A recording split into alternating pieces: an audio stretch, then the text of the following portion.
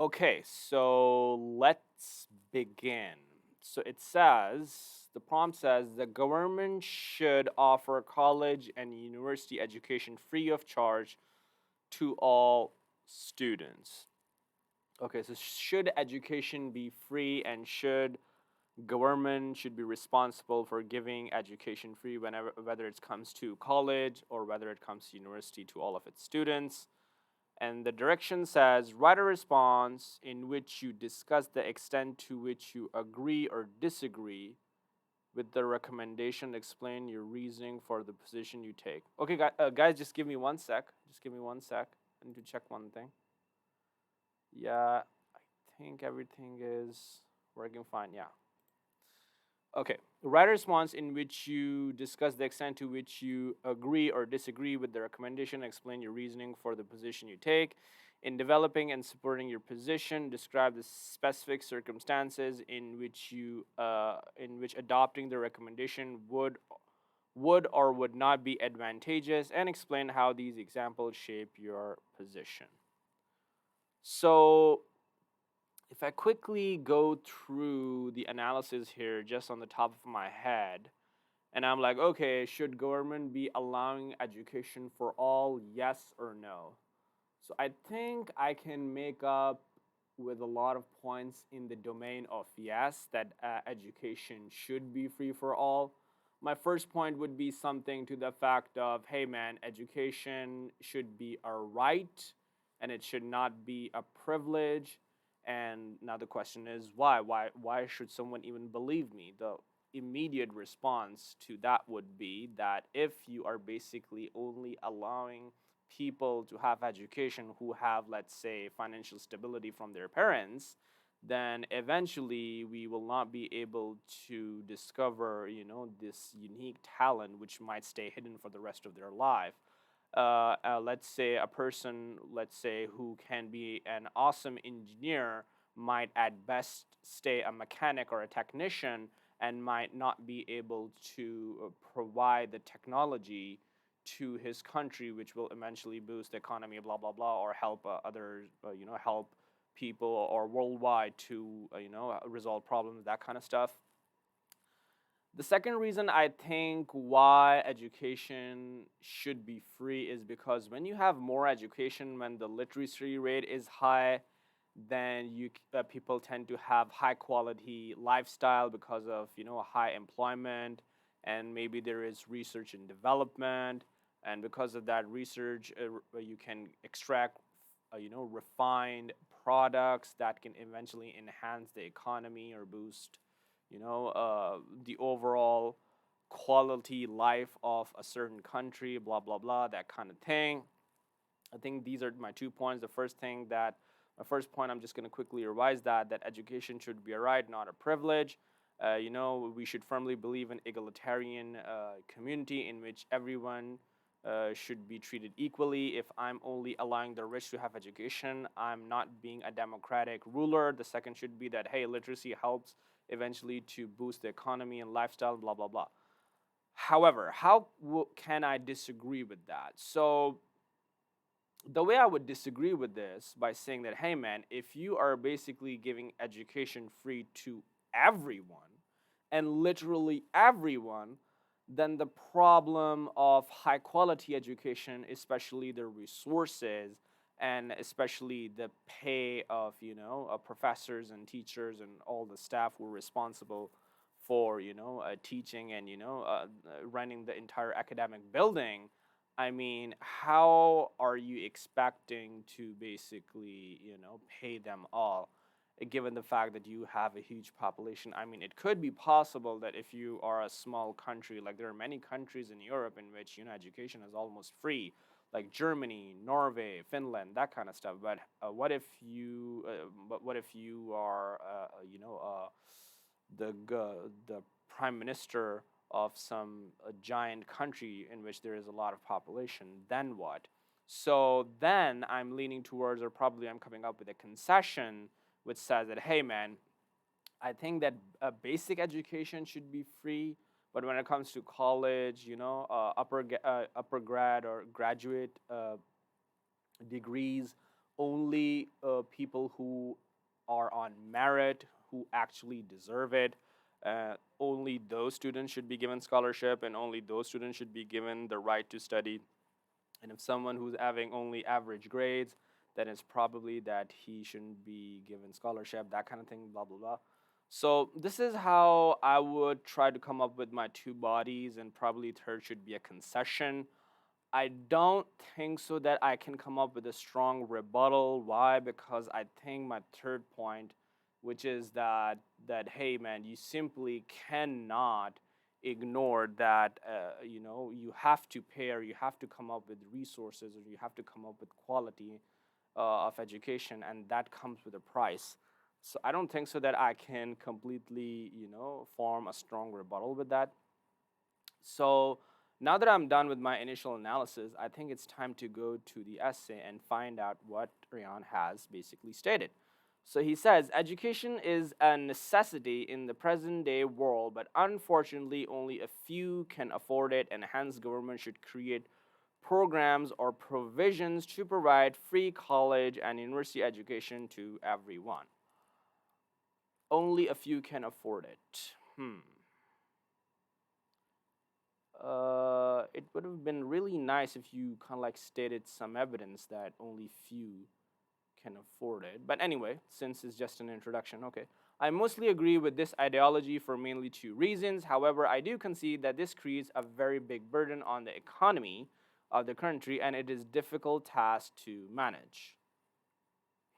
Okay. So probably I'm gonna see some explanation that how he is agreeing, and what are the two reasons, and how this is this this free education can be a huge burden on the economy, because I honestly have given a reason that free education is going to boost economy.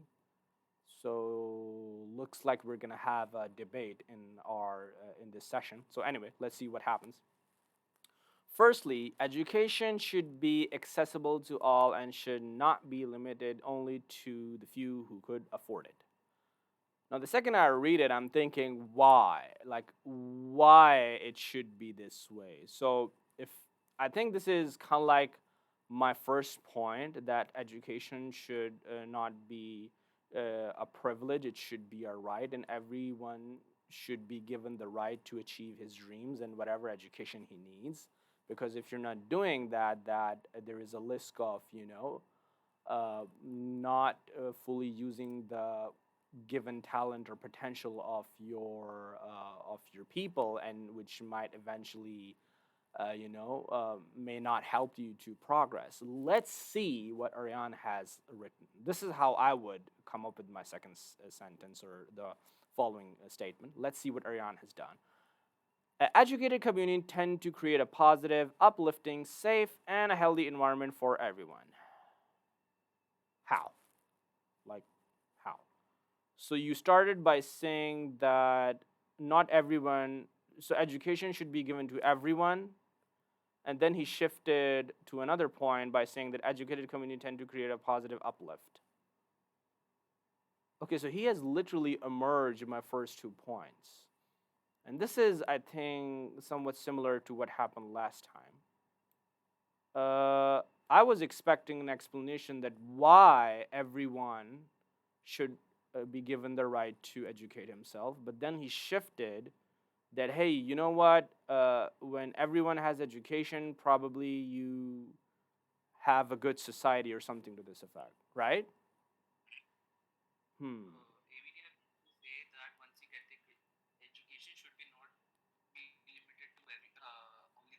Mm-hmm.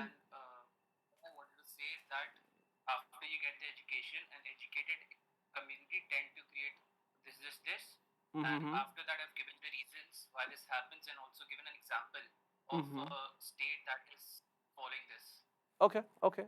So let's see if you're able to connect what I was expecting you to do. Let's see. An educated community tend to create a positive, uplifting, safe, and healthy environment for everyone. Okay, so your introductory sentence should be stating something to the fact that education, giving education to everyone tends to increase the overall quality of the society, whether it is education, whether it comes to law, whether it comes to some other system like maybe traffic, I don't know. uh, this was I was expecting, but then you shifted that. Okay, this is your second point. Let's see if you can back it up with more evidence and explanation. Crime rates. Okay, okay. So you're saying that uplifting of society is related to crime rates. So probably you're going to use crime rates to your advantage and say something that uh, educated people tend to commit less crime. Something to this effect. This is something that I'm expecting. Let's see what happens. Crime rates have been observed to drop drastically in literate areas. Okay, your evidence for that is, for instance, Kerala, whatever that is. Okay, so probably you're giving me evidence. Okay, that sounds good. For instance, Kerala, a state in India, has the lowest crime rate in the entire country. Mm, is it really because of the literacy rate being high? That's what I'm being suspicious about. Let's see if you have more explanation for that. That yes, it is because of the fact that people are highly educated there, or you could have even said something to the fact that the difference between educated and uneducated people is the fact that an educated one or educated person knows the consequence before taking an action, whereas an uneducated gets educated after the action. So you could have probably come up with a certain scenario in which that an educated person will not tend to overspeed because he knows that he's going to get a ticket or probably being thrown to prison, or maybe he might get into crash. However, an immature dude who has just recently, I don't know, bought a car, maybe he's into drifting and racing, he's going to do all that crazy stuff, that immature stuff, blah blah blah. If this is what I'm expecting that you would say, but let's see what you have stated. More than 90% of the people are educated and civil, and hence people rarely engage in vicious acts there. Okay, okay. People feel so safe and secure in that state that they do not lock their houses when they're going out at night. Hmm. People feel so safe. It almost like, okay, so Aryan, are you from Kerala, whatever that place is? Is that it? Okay, so is this like your personal opinion that people are so safe and secure that they don't even lock homes at night?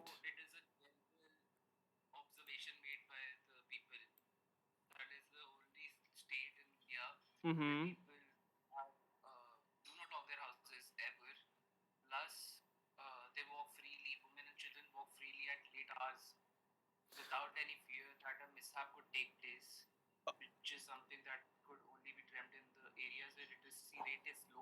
Mm-hmm. Okay. Okay, so I really get your point, but honestly, to me it seems like a personal experience. If you would have stated something to the fact that in this study or in this research or a research was done, or a newspaper article published this research that because of the high literacy rate, Kerala is a state or a city in India in which people can sleep at night without even locking their homes, and people can walk freely outside without even having a guard at their street, blah, blah, blah, that kind of stuff. And all of this is happening because of the fact that people tend to have people with bachelor's degrees or graduate degrees exist way more than as compared to other states. If you would have put it in this way, this would have sounded more professional, more academic. However, when you're saying people feel safe and blah blah blah blah blah, I'm like, is this your like personal opinion? Like, how are you able to say it? Huh? Yeah, go ahead.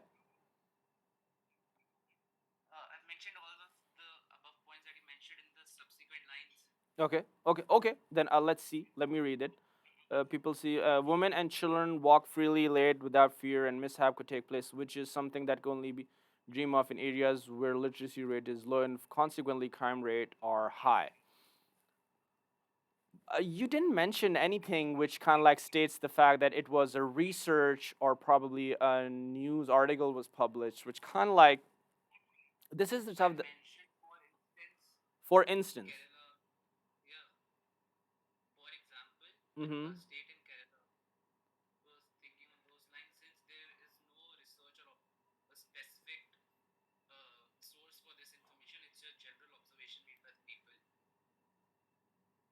Y- General observation.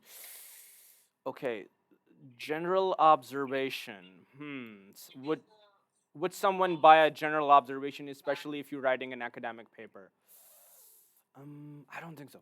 No, I don't think so, man. I mean, you need to like. This is not how. I mean, academics are famous for using these reference letters to their advantage as a support for their thesis. Using generalized opinions is not advised. I mean, this would have been an awesome evidence if you could have even. I mean, ETS people don't counter check your references. If you would have stated that some XYZ TV showed an interview of some academic that posted that there is some type of study going on and we did a research, you could just make up a name. Okay, who cares? This, it's not like they're gonna counter check. And they that expert stated that the reason why we have low crime rate is because of the literacy rate. If you would have stated something like this would have been a more, you can say, alluring argument. It would have been, you can say, much more sound and much more captivating, in my opinion. At the end of the day, it's my opinion. Uh, if someone uses a generalized opinion in front of me, I would not be convinced, honestly. I would say, it's just a general opinion. Okay, moving on. Moreover, an educated community follows all the rules, no, really, all the rules and regulations, making it a better place to live. Accessible free education will help create such. Hmm. All the rules is a bit too extreme, in my opinion. I mean, I know a lot of people who are educated and yet they, uh, break the traffic regulation and rules, overspeed, that kind of stuff. So, yeah, if you would have tapered this or probably made this language a bit loose, then this would have been a lot more convincing body one. Okay, anyway, but honestly, you did a pretty good job as compared to yesterday. So this is a good one. Okay, anyway, let's come to the second one. It says, secondly, students are the future of the nation, and it is important that a country invests in its future. Okay, I like it. So what am I expecting?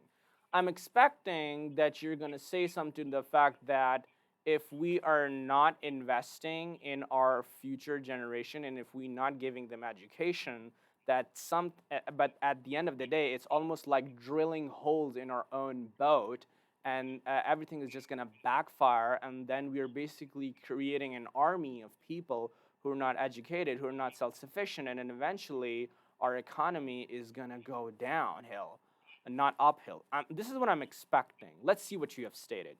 Offering free education might help increase and create new opportunities and inventions for the country. Okay, so you're saying that people offering free education might help increase and create new opportunities. Okay, okay, I like it. So you're saying that if you give free education, then people will create new opportunities and inventions for the country. New opportunities and inventions for the country. It's almost like it's assuming that free education is directly related to inventions. Mm-hmm.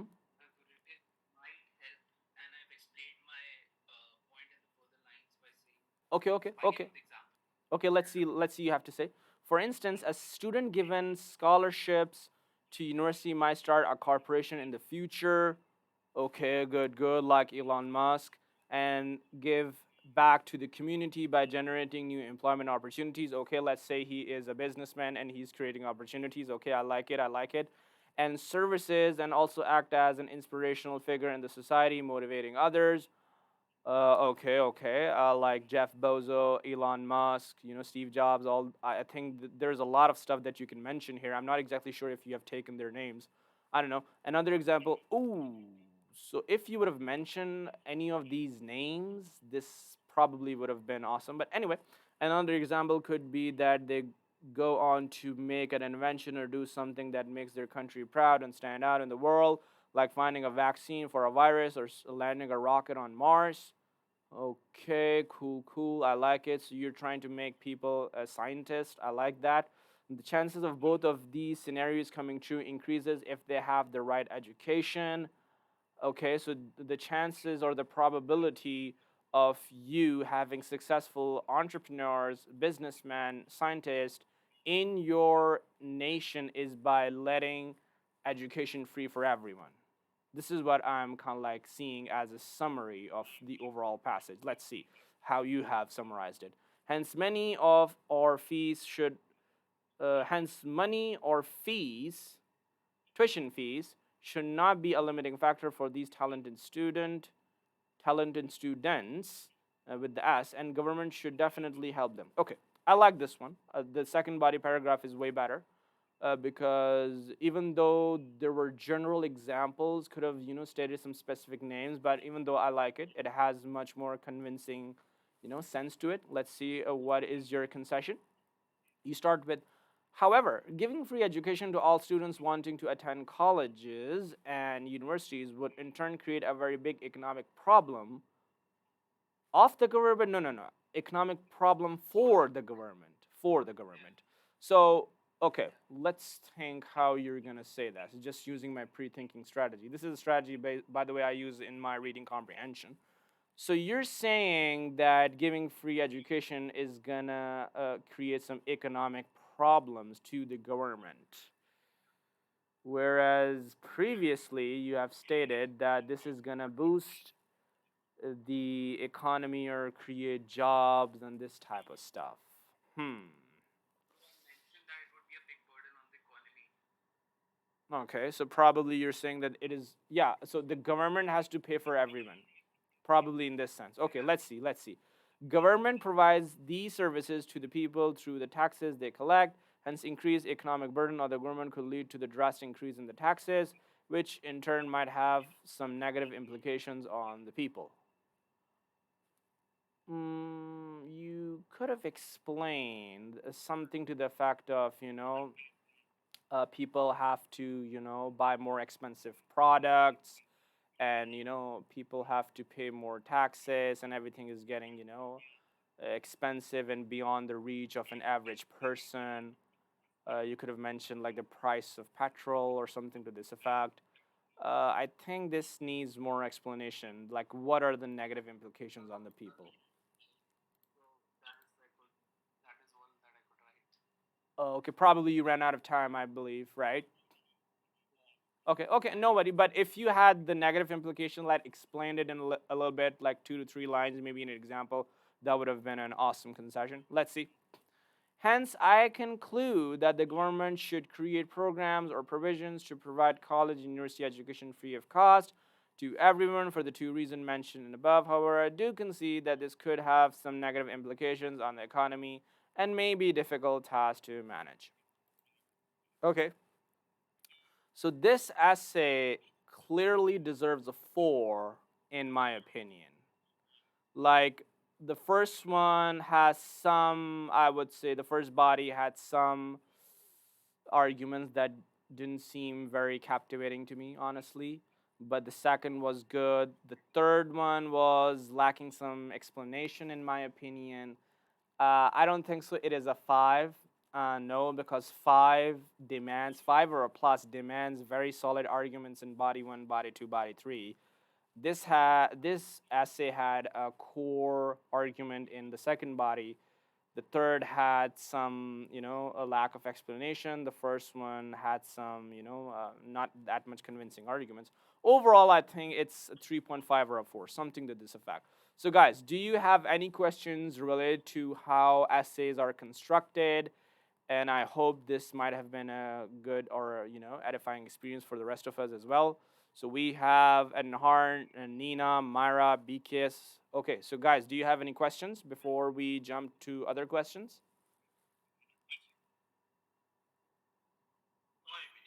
Okay,